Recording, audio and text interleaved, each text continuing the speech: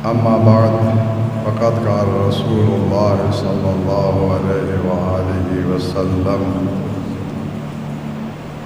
يا علي طوبى لمن أحبك وصدق بك وويل لمن أبغضك وكذب بك صلوات. صفات اور خصوصیات شیعہ یا علامات شیعہ کے عنوان سے شاید 2-3 مہینے سے گفتگو ہو رہی ہے. احادیث اہل بیت علیہم السلام کی تلاوت جاری ہے. یہ حدیث مبارک قدر طولانی ہو گئی ہے، شاید 1.5-2 مہینے کے خطبات اسی حدیث مبارک سے تعلق رکھتے ہوئے اور اسی حدیث مبارک کی وضاحت میں عرض کیے ہیں. حدیث کا ابتدائی حصہ سرکار دو عالم صلوات اللہ علیہ وآلہ نے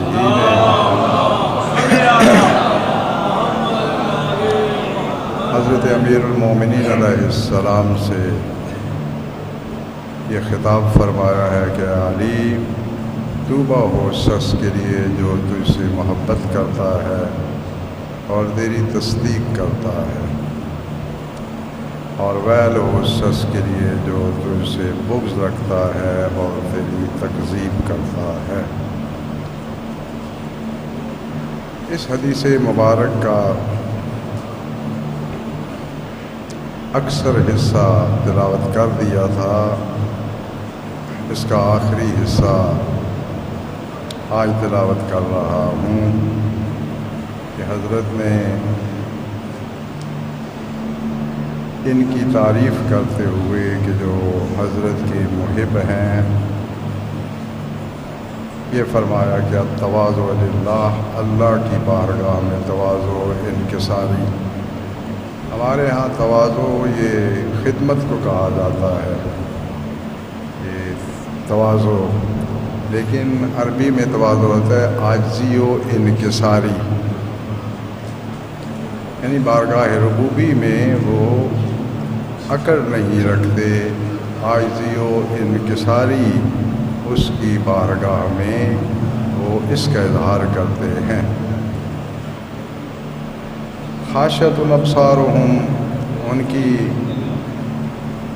نظریں جو ہیں وہ خوف زدہ ہوتی ہیں، جیسے ڈرا ہوا شخص ہوتا ہے. وجلت قلوبہم، دل ان کے ڈرے ہوتے ہیں لذکر اللہ عز وجل، اللہ کے ذکر کی وجہ سے. وقد عرفوا حق ولایتک، اور وہ آپ کے حق ولایت کی پہچان رکھتے ہیں، جانتے ہیں کہ آپ کا حق ولایت کیا ہے. ایک ہوتا ہے ولایت کا اقرار کرنا اور ایک ہے ولایت کا حق. یہ باقاعدہ احادیث مبارکہ میں اس کی تفصیل موجود ہے. کائنات کی ہر چیز کا اپنے ساتھ اس کائنات میں پائی جانے والی چیز کا حق ہے، اور سب پر بے نیاز خالق مالک کا حق ہے. تو یہ حقوق کی تفصیل رسالۃ الحقوق ہے، حضرت سید الساجدین صلوات اللہ علیہ سے منسوب. اس میں تقریباً ہر شخص کا حق، معاشرے میں ہر شخص کا جو دوسرے پر حق ہے، اس کی حضرت نے وضاحت فرمائی ہے. باپ کا کیا حق ہے، دوست کا کیا حق ہے، دشمن کا کیا حق ہے، بچوں کا کیا حق ہے، استاد کا کیا حق ہے. یہ سب حقوق حضرت نے جو ارشاد فرمائے ہیں انہیں جمع کیا گیا رسالۃ الحقوق کے نام سے. ولایت کا اقرار کرنا یہ ایمان کی تکمیل کے لیے ضروری ہے، لیکن ولایت کے حقوق کی ادائیگی یہ اس اقرار کا لازمہ ہے کہ انسان جو ہے وہ اس ولایت کو مانے اور اس کے مطابق عمل کرے. اور اگر اس کا آسان ترجمہ کیا جائے تو حضرت کی حاکمیت کو تسلیم کرنا، یعنی انہیں اللہ کی طرف سے حاکم مانا جائے، اور حاکم جب اللہ کی طرف سے ہوتا ہے تو اس کی ہر بات پہ عمل کرنا پڑتا ہے، اس کے روکنے سے رکنا پڑتا ہے، جس کی طرف وہ ترغیب دلائے اس کی طرف قدم آگے بڑھانے پڑتے ہیں۔ اور اس کے بعد حضرت نے ارشاد فرمایا وَأَلْسِنَتُهُمْ نَاطِقَةٌ بِفَضْلِكَ، یہ جو تیرے پیار کرنے والے ہیں ان کی زبانیں تیرے فضائل کے ساتھ تکلم کرتی ہیں، یعنی اپنی محافل میں حضرت امیر المومنین علیہ السلام کے فضائل کا تذکرہ کرتے ہیں، کیونکہ جو چیز بھی انسان جس چیز کا بھی تذکرہ نہیں کرتا آہستہ آہستہ فراموشی کی گرد و غبار اسے محو کر دیتی ہے۔ اس وجہ سے محافل میں حضرت امیر المومنین علیہ السلام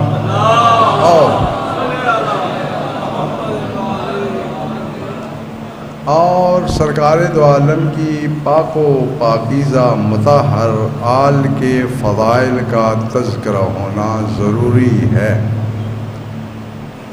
کیونکہ ان کے تذکرے کو ہی دبانے کے لیے، محو کرنے کے لیے دشمنان خدا نے اپنی ساری قوتیں خرچ کی ہیں، اپنے سارے وسائل صرف کیے ہیں۔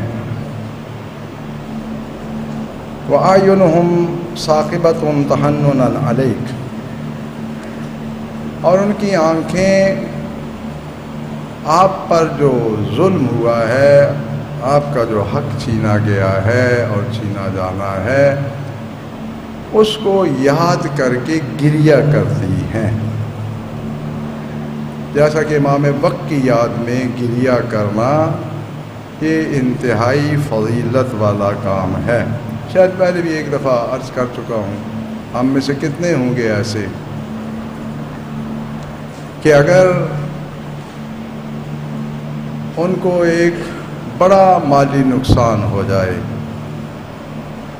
تو بےتاب ہو جاتے ہیں، گریہ کرنا شروع کر دیتے ہیں، میری دنیا برباد ہو گئی، میری زندگی کی جمع پونجی ختم ہو گئی، لٹ گئی۔ تو اگر دنیا کے ایک نقصان پہ انسان گریہ کر سکتا ہے اور بغیر کسی گرفت کے گریہ کرتا ہے، تصنع نہیں کرنا پڑتا، کوشش نہیں کرنی پڑتی، جس طرح کی دنیا کی مصیبتوں پہ انسان جب گریہ کرتا ہے تو کوشش کرے بھی کہ گریہ کو روکے، روک نہیں سکتا، اس لیے کہ اس کا دل و دماغ اس مصیبت سے متاثر ہو چکا ہوتا ہے۔ اور ہماری زبان میں کہتے ہیں غبار دل نکالنے کے لیے گریہ کرنا پڑتا ہے، یعنی انسان کے دل کا بوجھ ہلکا ہو جاتا ہے۔ تو جس وجود اقدس کے صدقے میں یہ نظام کائنات جاری و ساری ہے، اللہ کی طرف سے رحمتوں اور احسانات کی بارش ہو رہی ہے۔ حضرت ولی العصر عجل اللہ فرجہ الشریف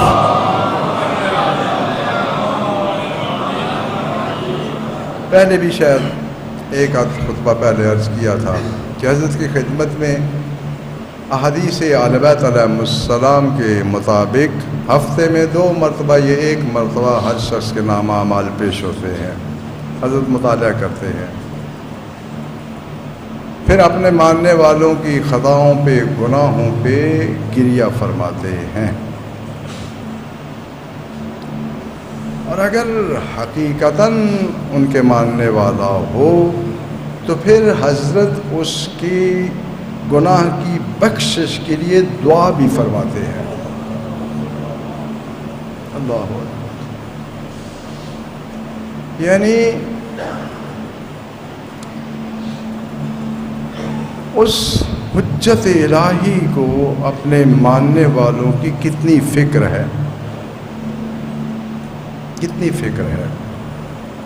جو نواسہ رسول کے غم میں حضرت کا مشہور و معروف جملہ ہے کہ میں حضرت سید الشہداء سے خطاب کر کے فرمایا کہ میں آپ پر آنسوؤں کے بدلے خون روں گا۔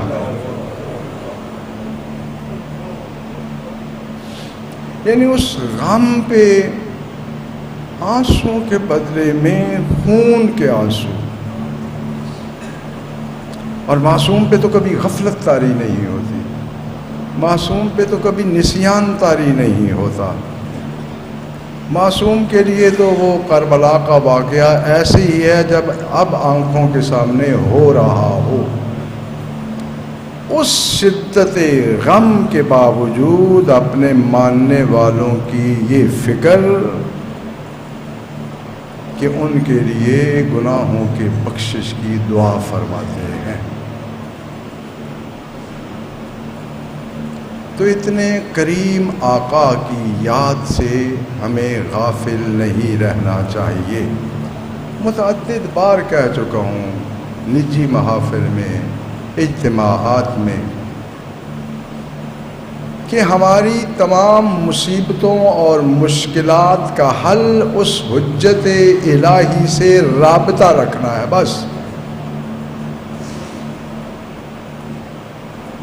اور وقت ہے یا نہیں ہے تو کم از کم آپ جب دن کی ابتدا کریں تو امام وقت کی بارگاہ میں سلام پیش کرنے سے کریں۔ ویسے تو حدیث میں ہے کہ تمام ائمہ پہ سلام کہنا چاہیے صبح کے ٹائم جب دن کی ابتدا ہوتی ہے۔ اور دنیا میں بہت سے لوگوں نے یہ تجربہ کیا ہے کہ کسی بھی مصیبت میں مبتلا ہوتے ہیں اپنے لیے دعا نہیں کرتے، حضرت کی سلامتی کی دعا پڑھتے ہیں جس کے نتیجے میں اس کی مشکل کافور ہو جاتی ہے۔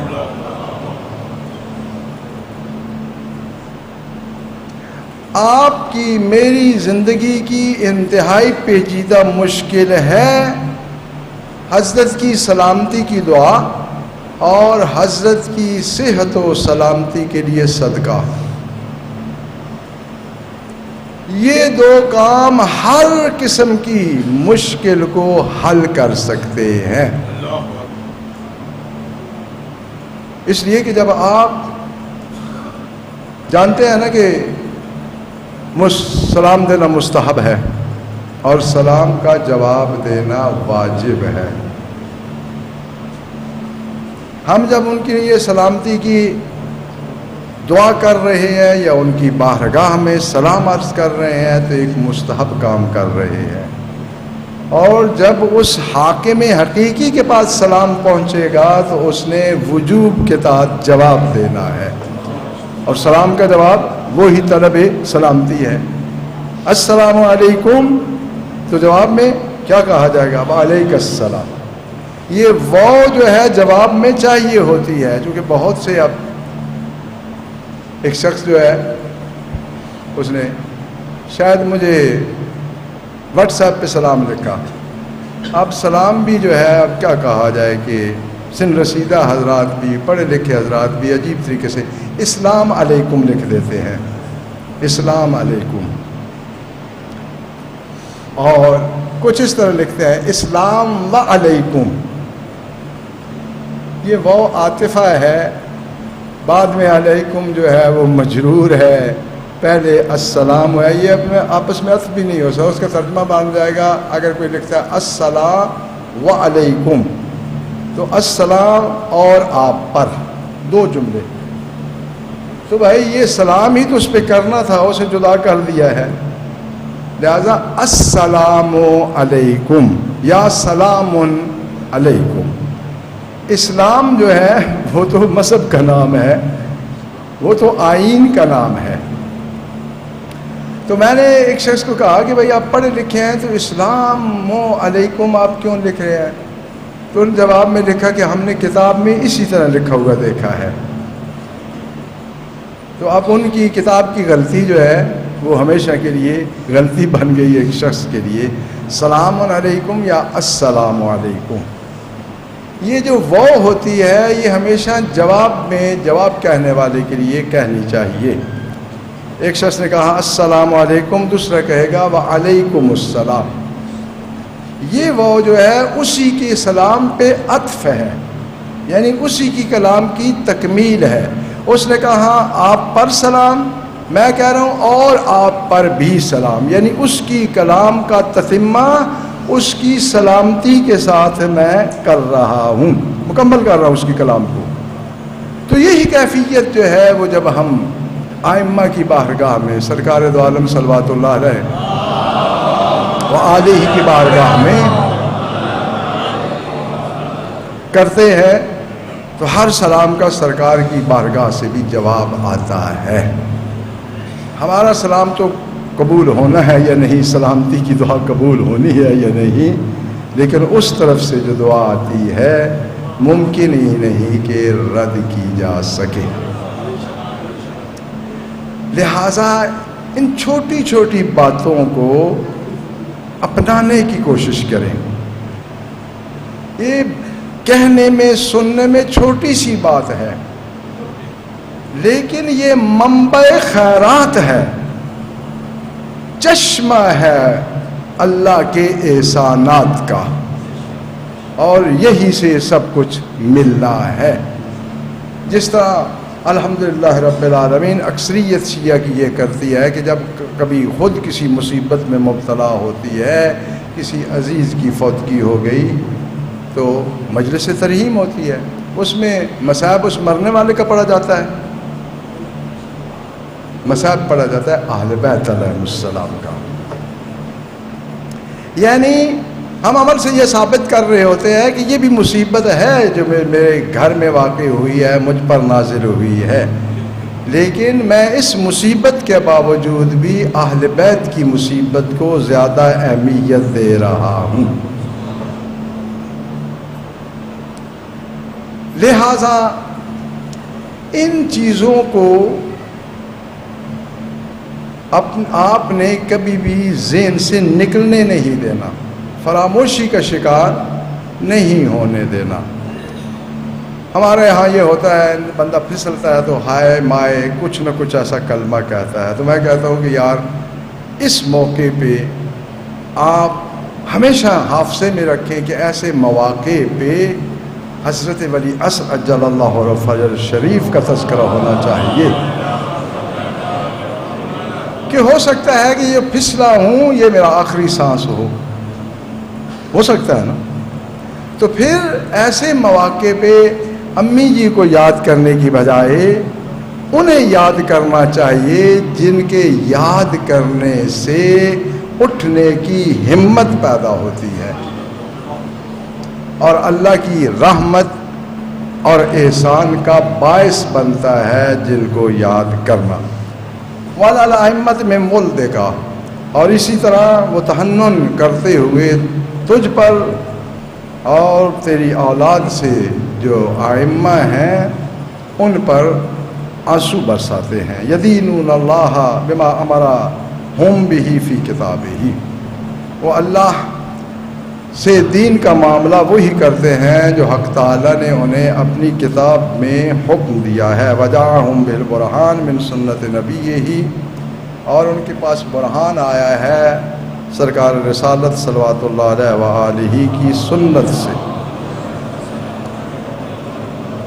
عاملون بما یامرہم، عمل کرتے ہیں اس پر جس کا وہ انہیں حکم دیتا ہے۔ اولی الامر منہم، ان میں سے جو اولی الامر ہیں جو انہیں حکم دیتے ہیں اس پر عمل کرتے ہیں۔ متواصلون، ایک دوسرے سے رابطہ رکھتے ہیں، غیر متقاطعین، ایک دوسرے سے قطع تعلق نہیں کرتے۔ متحابون، ایک دوسرے سے پیار و محبت سے رہتے ہیں۔ غیر متباغضین، ایک دوسرے سے بغض رکھنے والے نہیں ہوتے۔